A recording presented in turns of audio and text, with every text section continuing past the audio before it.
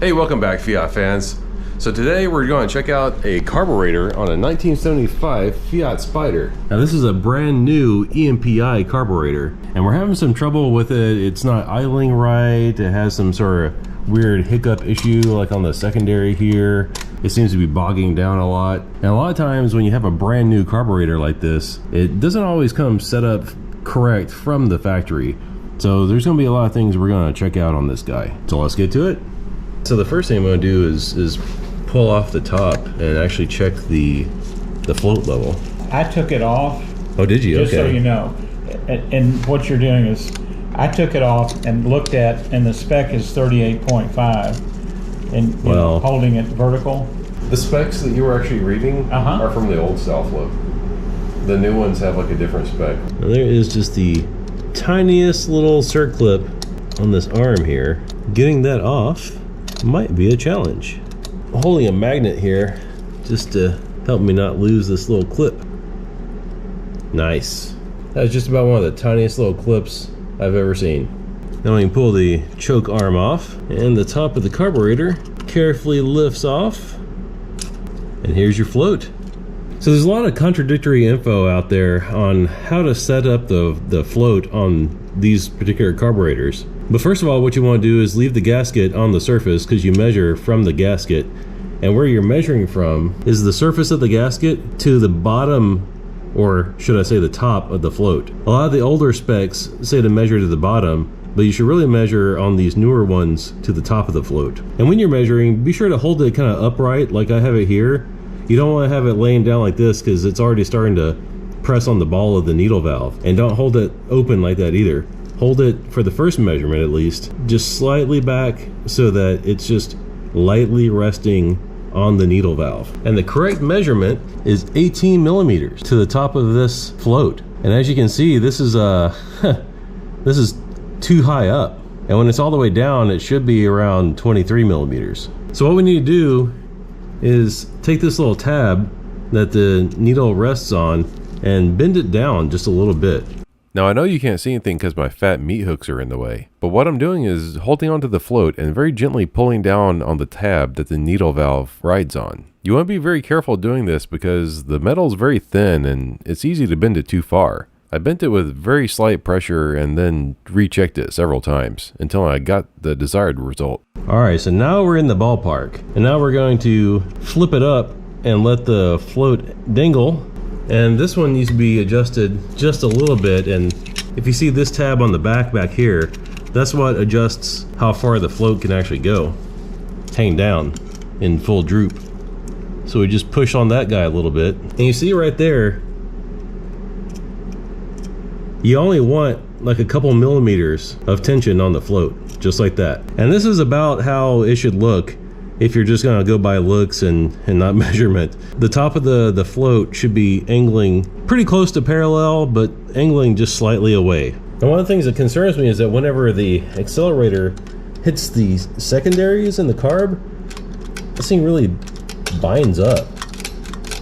I'm not really sure why that is. I think we're gonna actually have to take the carb all the way off. But that's very easy to do. It's only 4 bolts on here, so let's do that.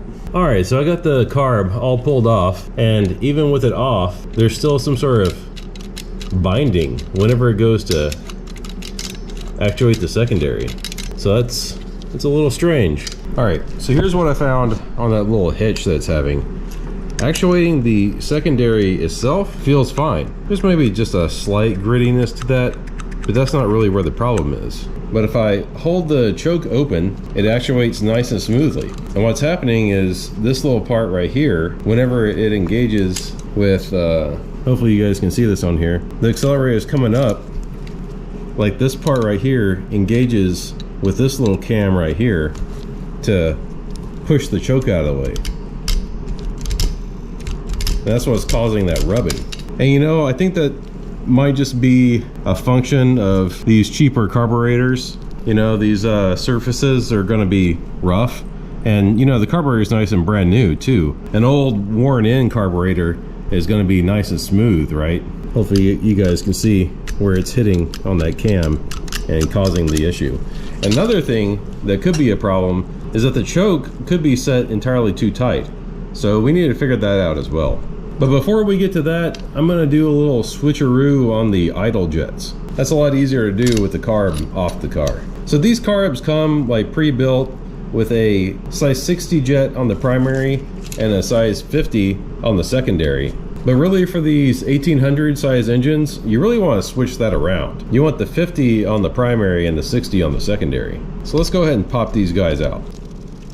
Once you unscrew the holder, the jet just pops right out. Alright, so I switched the 50 idle jet over to the primary side, and of course the 60 is now in the secondary side. That should help with the 1800 size engine. And so now I'm going to put the top of the carburetor back on, and that way we can start adjusting the choke. Alright, so I just took the choke completely off, and you can see in here, this is a little bimetal spring that whenever electricity is applied, it heats up, and this little spring moves, and that's what causes the choke to open up as the car warms up.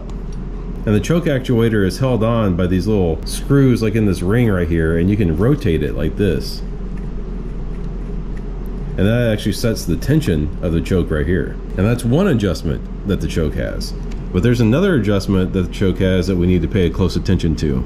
Now when the engine is off, your choke is going to be closed like this right here. But whenever the engine actually starts to turn over, it should pop open about 1/8 of an inch, or maybe somewhere around 7 millimeters.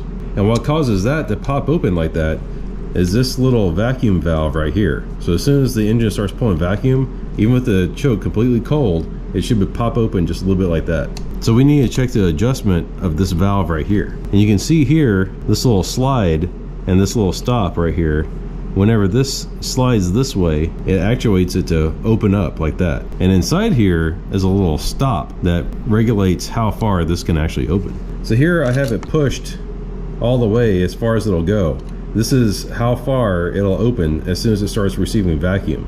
And as you can see, it's opening up a little bit more than what it should. So we're gonna have to pop this guy off and adjust the stop in there.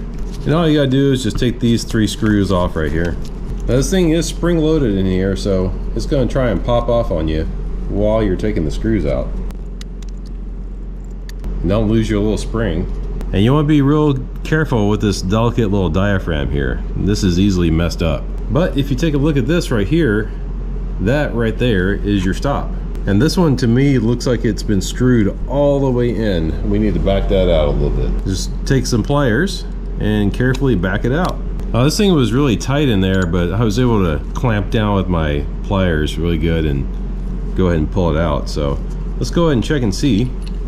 Oh, and you can see this little tube right here, that's where your vacuum reference comes from. So you make sure you get that lined up. Well, is that normal on, you know, what I'm going to call a stock carburetor, that you have to do all this to? No, because it would have been set up from the first place. And all the ones that have been on cars for 40 or 50 years, like they were set, you know, decades ago. Yeah, so. Yeah. I just, you know, but it is unusual to buy a carburetor and have that adjusted that way. Apparently, especially with these guys, the EMPIs. Yeah. They just slap them together, and they don't, you know, really pay attention to adjustments and stuff. Yeah. So, okay, that's looking better. I'm just actuating this little rod right here. Yeah. Just to see.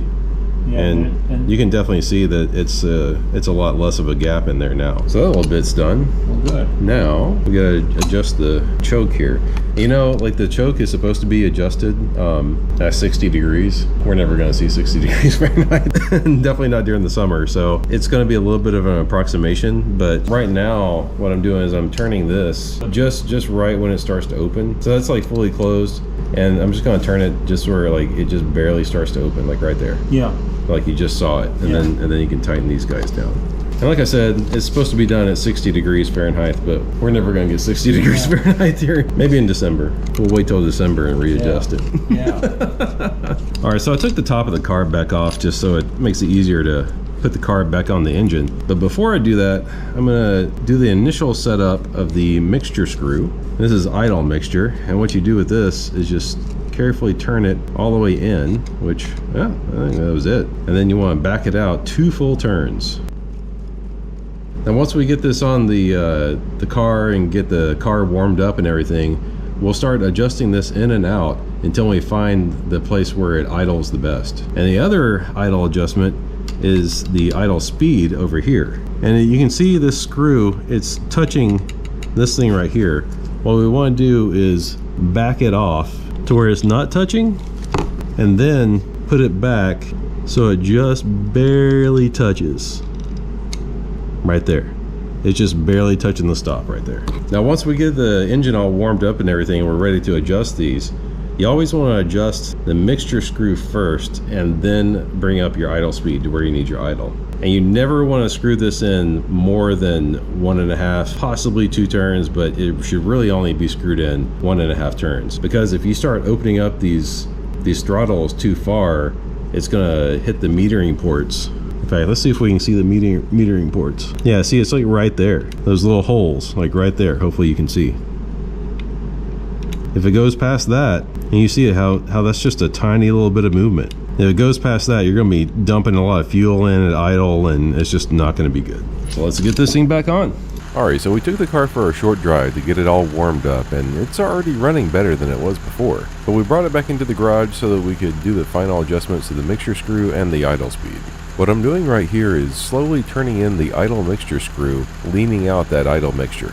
And I'm listening for a change in how the engine's running. This is really something you do by ear only. You'll know whenever you hear it start to stumble and stutter, and it sounds kind of like the engine's gonna die. When you hit that point, just go ahead and back it back out until the engine is running smooth again. I wasn't really counting whenever I was screwing the screw in, but this time around I think I screwed it in maybe about 3/4 of a turn from that initial 2-turn out setting. Oh, and if you're wondering what that little golf tee thing is, normally that's where you would plug in your vacuum advance for your distributor, but the Crane ignition system that he's running doesn't use vacuum advance, so he just blocked that off with that golf tee. It's functional. Here, have a listen, see if you can tell what I'm talking about with the idle mixture screw. See if you can like listen to it. I turn it in and you hear it starts to stumble a little bit, you know? That's the sweet spot. And like above that. right above that, so like bring it back. Oh yeah, just like that. Yeah. Now I'm turning my attention to the idle speed screw, and I'm going to adjust this until the engine's running at about 800 RPM. And look at that, that's spot on. Well, I hope this helps you all out setting up these carbs. If you aren't already, please go ahead and hit that subscribe button, and give us a thumbs up too. It really helps the channel out. Thanks for watching, see you next time.